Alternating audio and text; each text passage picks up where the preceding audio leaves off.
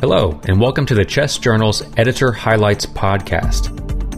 Each month, Chest Editor-in-Chief Dr. Peter Mazzone highlights key articles from the current issue of the journal to help clinicians stay informed about new research in the fields of pulmonary, critical care, and sleep medicine.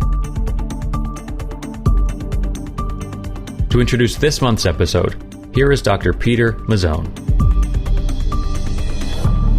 Thank you for tuning in to the Editor's Highlight podcast for the September 2024 issue of the journal Chest. We have a great lineup of diverse content in this month's issue. Over the next 15 minutes or so, I will provide a brief overview of key manuscripts published in each of our content areas. First, our asthma content area includes a research letter that describes the development of an upper limit of normal for CT airway mucus in older people without chronic respiratory illness, providing context for airway mucus occlusions as a target for treatment in asthma and COPD studies. Next is our chest infections content area. The clinical course of non-tuberculous mycobacterial pulmonary disease is varied. Understanding risk factors for progression may assist with management strategies. In this issue, Wang and colleagues present findings from an 11-year prospective observational cohort study of 477 patients designed to determine the rate of NTM pulmonary disease progression and the predictors of progression. 192 patients progressed during the study, 21% by year 1, 34% by year 3, and 43% by year 5, for an incidence of 11 cases per 100 person years. Female sex, an elevated sedimentation rate, FEV1% predicted, and the presence of a cavity were predictors of progression. These findings improve our understanding of the likelihood of progression and risk factors for progression of NTM pulmonary disease. 2 additional original research articles complete this section. The first explores the relationship between lung volumes and heterogeneity in the response to elexacaftor, tezacaftor, ivacaftor in patients with cystic fibrosis and advanced lung disease. The second reports on the association between sputum culture conversion and mortality in cavitary Mycobacterium avium complex pulmonary disease. Our COPD content area includes a research letter that reports on the identification of pulmonary cellular toxicity in alpha-1 antitrypsin deficiency, and a chest review on pulmonary rehabilitation for individuals with persistent symptoms following COVID-19 infection. Next is our critical care content area. 4 clinical phenotypes for sepsis, differing in patterns of organ dysfunction, prognosis, and response to treatment, were recently derived from clinical and laboratory data. It is unclear whether the frequencies of acute kidney injury, acute kidney disease, chronic kidney disease, and acute kidney injury on chronic kidney disease differ by sepsis phenotype. In this issue, Molinari and colleagues describe findings from a secondary analysis of a randomized clinical trial of early resuscitation that included patients with septic shock, designed to address this question. Approximately 50% of 1,090 eligible patients had acute kidney injury. The frequencies of acute kidney injury varied from 26% to 78% across the 4 sepsis phenotypes. Variable frequencies of acute kidney disease, chronic kidney disease, and acute kidney injury on chronic kidney disease were similarly noted. The highest rates of acute kidney injury on chronic kidney disease were seen in the beta phenotypes, known to have patients who are older and have more chronic illness and renal dysfunction. The delta phenotype, noted for having more liver dysfunction and septic shock, showed the strongest association with acute kidney injury with an odds ratio of over 12 and acute kidney disease with an odds ratio of 9.2. These findings highlight differences in rates of acute kidney injury and acute kidney disease across clinical sepsis phenotypes. Also in this section is an original research article that explores venovenous ECMO candidacy decision-making, and another that reports results of a feasibility study of non-invasive electromagnetic phrenic nerve stimulation in critically ill patients. Completing this section is a special features article on the role of pediatric psychologists in critical care. On to our diffuse lung disease content area. Frailty has been shown to be an important determinant of outcomes in patients with fibrotic interstitial lung disease.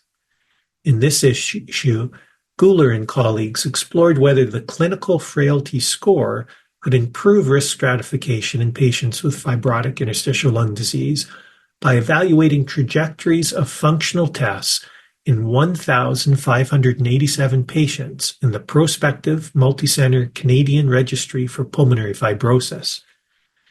Based on the clinical frailty score, 54% were fit, 25% were vulnerable, and 21% were frail. Frailty was a risk factor for early mortality and for larger annual declines in FVC percent predicted. Adding frailty to established risk prediction parameters improved the prognostic performance. These findings support the inclusion of the clinical frailty score as a prognostic tool when assessing the risk of pulmonary and physical function decline in patients with fibrotic interstitial lung disease. Completing this section is a research letter exploring sarcoidosis faculty development. On to our education and clinical practice content area. It is difficult to determine an individual's susceptibility to immersion pulmonary edema, a form of hemodynamic edema. In this issue, Druell and colleagues report findings from a case control study designed to determine if assessing right ventricle systolic adaptation during immersion is a marker for immersion pulmonary edema susceptibility. Immersion was found to increase the right ventricular preload for all 28 participants.